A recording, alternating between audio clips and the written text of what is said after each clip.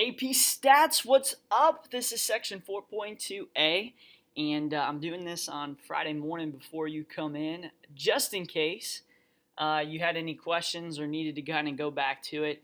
I'm hoping to get everything done in class. The reality is I may not get everything done, so if you could just watch this podcast, feel free to fast forward to whatever part we did not get to, but I'll put all of it on here just in case you need to go back to it.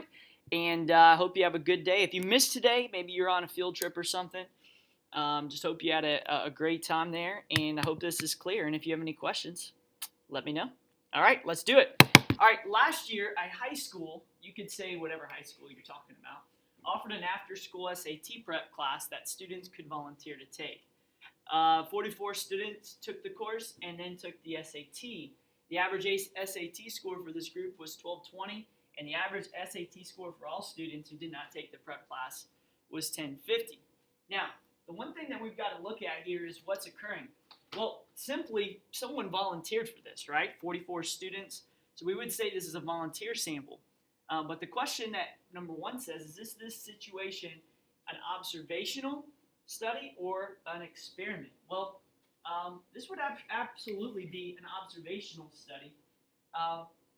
Because as you look at this, like the students volunteered, right? And were not forced to take it. And that's something important to know. Volunteered and were not forced to take it. We'll talk about take it. We'll talk about what the differences are here in just a bit, but that's why we would say it's an observational. The explanatory variable and the response, as we look at this, the explanatory, I'll put it as the E. What explains the response? Well, the explanatory is the course, right? The course for SAT, right? Whether they took it or not. So maybe I'll just put that there. Whether they took it or not. Okay? Good. The response, we'll put down yonder here. Okay, the response variable that explained this was their SAT score, right? So depending upon whether they took the course or not, we were trying to see, would that invoke a response of a higher SAT score? But again, this is an observational study. That's important to know. And so, again, coming back to it, that's what we're focused on. Now, just a couple of highlighted points here regarding this. When we look at an observational study, we're going to look at the difference between an observational study and an experimental study. A lot of you already know that a lot of this stuff, so I'm not worried about it, but just kind of as a reminder, an observational study is literally what you're doing, you're observing, right? So we call that, if we impose something, we make someone do something, once they come into the study, that would be an experimental. We call that a treatment. So whatever we impose, that's a treatment. So an observational study has no treatment, okay? Nothing is imposed. Really what that's referring to, okay? So coming down here to the explanatory and the response, we see that, remember that the response is the prediction, and what is used to predict is our explanatory, whether they took the course or not. So used to explain or predict, and then the actual prediction itself is the response. We remember this as Y-hat if you were coming back to our linear regression stuff from yesterday, or from last unit. Okay, so number 3, can you conclude that taking a prep course will cause the student's SAT score to increase? The answer is no, okay? The reason why there's no is, you could bring up a lot of things, but could it be that the students who volunteered to take the course, here we are, to take the course, have similarities, right? Could it be that they're more motivated, right? Maybe that's one. Have similarities such as like motivation, or sometimes like as you get more and more knowledge, like you desire more. So could it be students that already have a lot of knowledge that desire more knowledge on that, right? So could they already be good at the SAT? right? Could they all be kind of similar in that regard? So these are all definitely things that could affect the study, okay? So that's why this observational study. So no, we cannot assume that.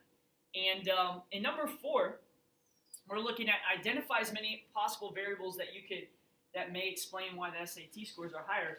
This could be a lot, right? We kind of already looked at this. Higher motivation, right?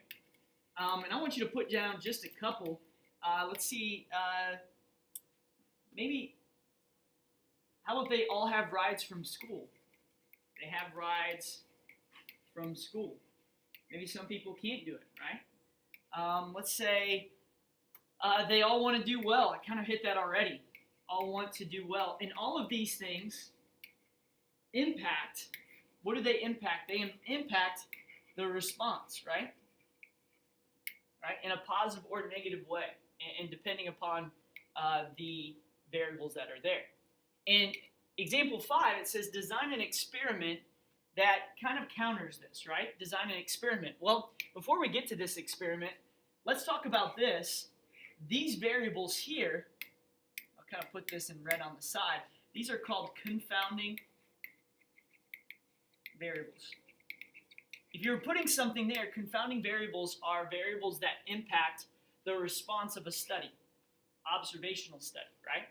And our goal is to try to, it's impossible to really eliminate confounding variables, but it is possible to control this. And in doing so, just as a heads up, before I get to the actual design, experimental studies,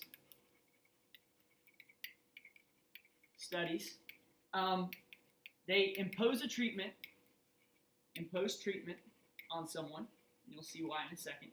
And they also, they do have random assignment. And here's the big thing. What helps control confounding variables? So this is a good question. What controls confounding variables? Well, guess what? What controls it is by how we randomly assign. Okay? We'll talk about random assignment here in a second. But that yellow part is a really big piece, whereas observational, right? Observational does not impose a treatment. We're simply observing. Experimental studies impose treatments. And that's what the difference is. So then it says, okay, design an experiment that would allow us to determine if the SAT prep causes an increase in SAT scores. Okay, let me see if I've got this here. Perfect. Okay, so the way that we would do this, just as a heads up, I like to use this chart method here, where we have 44 students who volunteer. Now, this is okay if we have volunteers, because we are not taking the data just from those 44. We're going to see that in these 44, was the SAT program effective? Okay. Was it effective just in the 44, because that's our population that we're taking from? So what we're going to do is we're going to randomly assign. Now, randomly assign is much different than a simple random sample, right? A random assignment is I put 0, 1 to 44, and as I pick 22 of these to go into group 1, I'm doing it randomly. But I am assigning, once I put them into the random groups of 22 and 22, I am giving them each a treatment, right? Each a treatment. So I want to do this. So I take 44 students, okay? I'm going to actually write the analysis down below, all right? All right, so all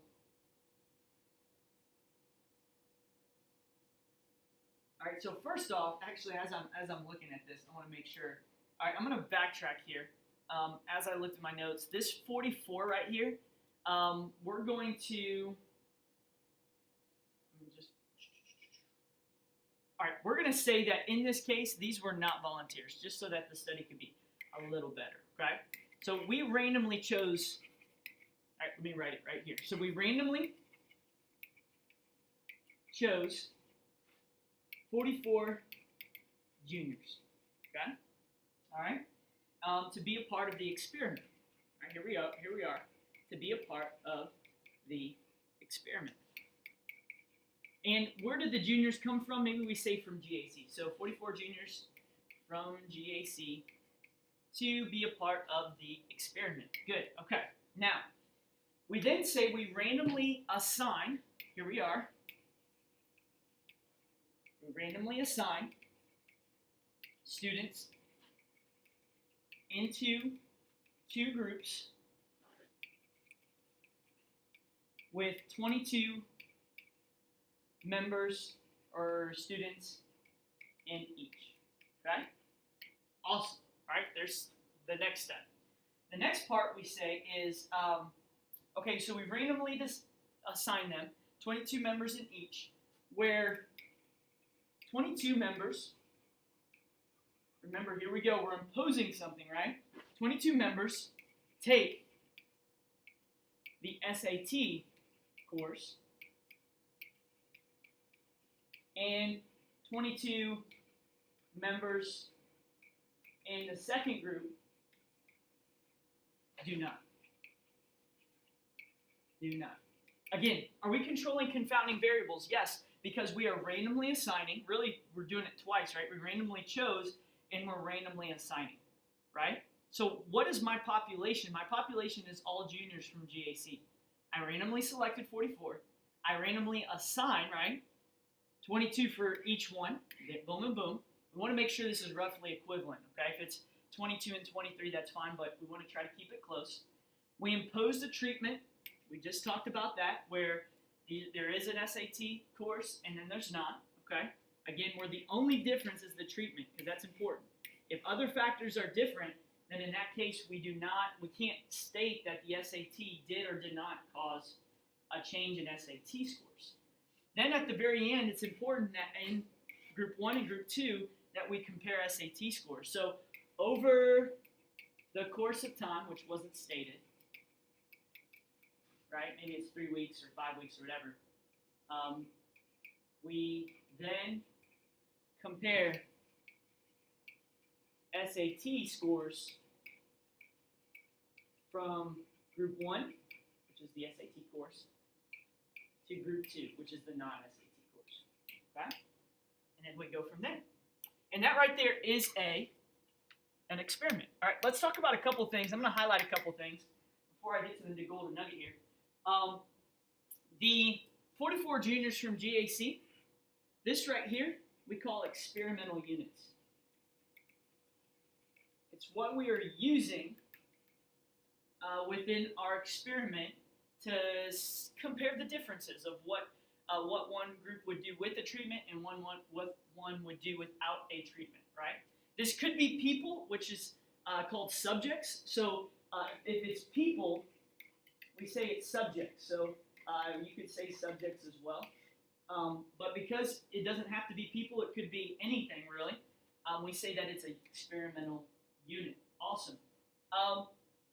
As we look at the randomly assigned, that's an important piece too. That's got to be within any study, experimental study there. Again, the difference between randomly assigned and just simply observing what we would get from a random sample is different. We'll talk about that later. And then we put 22 members in each group. Sorry, I should put group here. Where 22 members take the SAT course. That's the treatment. Okay, so as we look here, this is the treatment. Good. And 22 members in the second group do not. Okay, so this is the treatment that we imposed there. That should be good. So this would be a model that we would use. I always start with the model of, okay, I go to random assignment from my experimental units or my subjects. I then randomly assign them into different groups. One group will get my treatment, one group maybe won't, right? We want to make sure that that's the only difference of those that do and those that don't. And what controls our confounding variables? Well, the random assignment controls that, right? All of my confounding variables there. And then we compare the SAT scores at the very end. Good, good, good. Okay, so let's go over some golden nugget things because this is important. We have a couple things that we want to note here that you probably heard before. Number one is the control group. All right, a control group is used to provide a baseline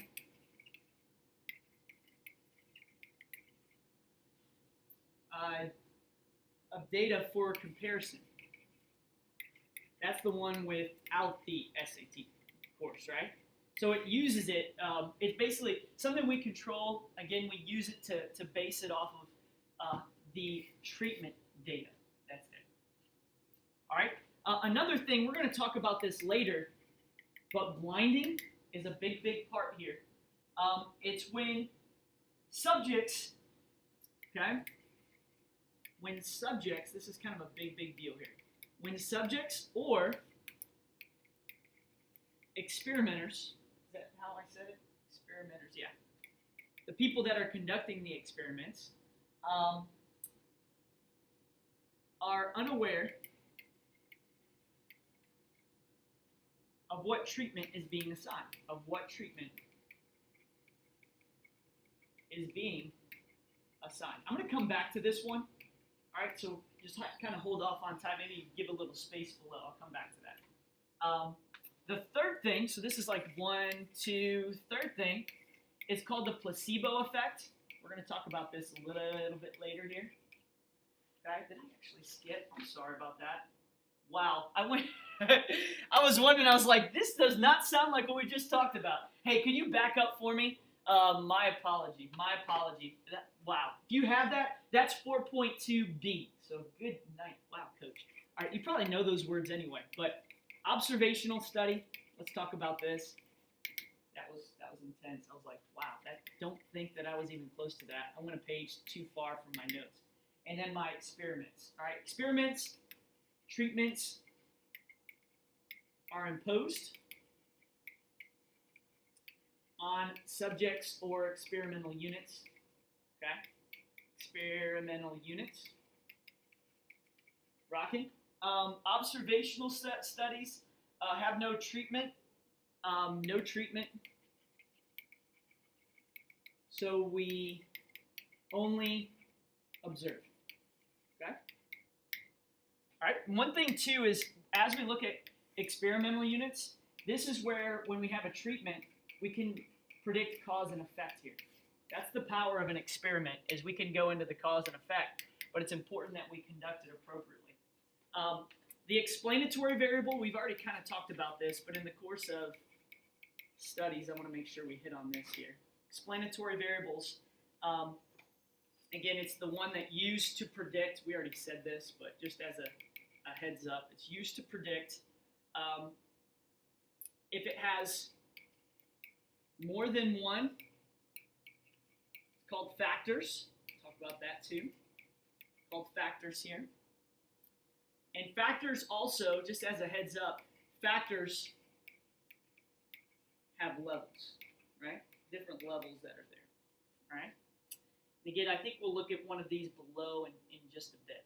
Treatment is what is done to the participants, okay? Treatment, what is done to the participants, cool, and what's imposed. Coming back to factors, just as we're looking at the explanatory variables, again, it's used to predict, right? So when we look at factors, factors are areas or variables that are helping us use to predict, okay? So just as a kind of a background of that. Experimental units, we already, again, talked about this one, but just as a part of bringing it together, experimental units. Experimental units are what or who the treatment is imposed on, right? What, who the treatment is imposed on. Right, the 44 juniors at GAC, that's what we're talking about there. And confounding variables, we already said this. It's controlled through random assignment, right? Confounding variables, controlled through random assignment. And in this case, variables not controlled for that. So yeah, these are any variables that are not controlled. And what happens? Well, guess what? They affect results. So going back to number 4, you'll notice that in number 4, we see that what affected results? Well, in this case, the higher motivation, or maybe they had rides to school and they all want to maybe go to this SAT, those that are maybe really good at the SAT already. So all of those things could be the confounding variables that impact our results. And that's why we use random assignment to be able to minimize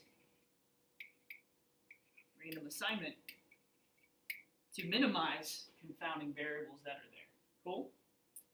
Cool. Sorry about that earlier, but you're rocking. I love it. Hey, if you go to this next one, this next part is the check your understanding. I want you to try this out. Just look at it real quick, and if you've got questions, we're going to bring that up kind of at the beginning of the next class. Remember, too, that a random sample, again, is representative of our population from where it's taken. So it, again, allows us to generalize conclusions to the population. Where random assignment, it will be equally distributed. We remember that it has a treatment. If there's significant differences in the groups, the random assignment allows us to conclude that the treatment caused. That's the big thing. Caused the difference. Over here, we only can really generalize our conclusions to our population, but the treatment, we can actually conclude that the treatment caused the difference within the population that we're focused on. Notice that if I go back here, I cannot say, let's say that the comparison showed us that, in fact, we can say that SAT scores caused, SAT course caused lower or higher SAT scores. We can only generalize that to where our population was, and that's to the juniors at GAC. But if I took a random sample from everyone at GAC, then our population could be generalized to, we could say that out of all GAC, the SAT scores caused higher SAT scores on that, okay? All right, hey, I hope that was helpful for you. And again, just kind of as a heads up, want to just kind of scale through this. Here's an example of random sample, the random assignment here. And hope you all have a great day.